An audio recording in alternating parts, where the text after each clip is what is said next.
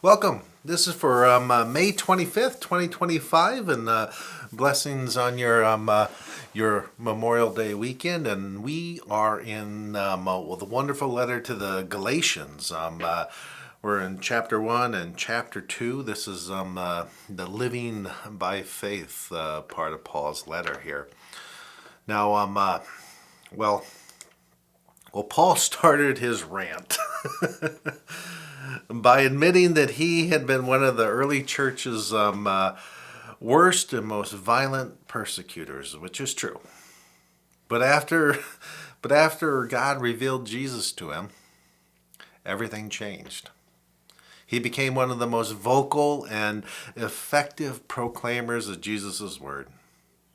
Now, when he saw Peter struggling to claim his own earlier Christian identity, Paul couldn't hold back.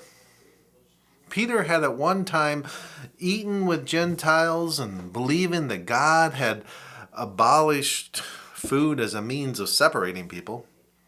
But when some Pharisees following James pushed back, Peter backed down and, once again ate like a Jew.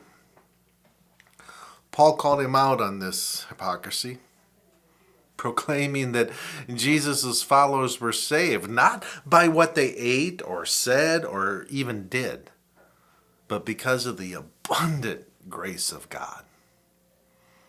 Being Christian can be hard, in that we are, constantly challenged to do better and be better. But it can also seem that sometimes that the goalposts are moving. Peter had been pushed and pulled by the Gentiles and Jews and followers of Christ and Pharisees and, even his own vision of what was right and wrong. Paul, too, had been challenged to rethink everything that he thought and knew about what was right and wrong. Now, when we're faced with similar challenges to determine, right from wrong amid a constantly moving goalpost, we can take a cue from Paul here, who anchored his posts in the work of Jesus Christ. It's because of Jesus' sacrifice that our salvation does not rest upon how well we follow God's law.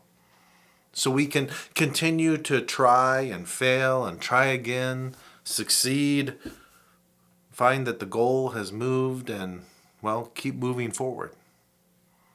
We can do so for our own sake and for the sake of the people that have been placed in our journeys and our paths. It's never too late to make a change.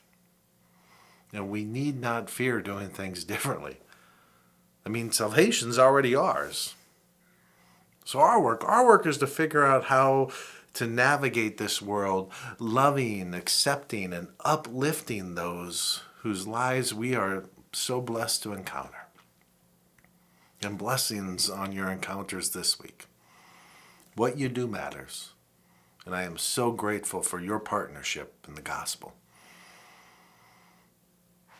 In Christ we aspire to journey with one another in grace, in faith, in love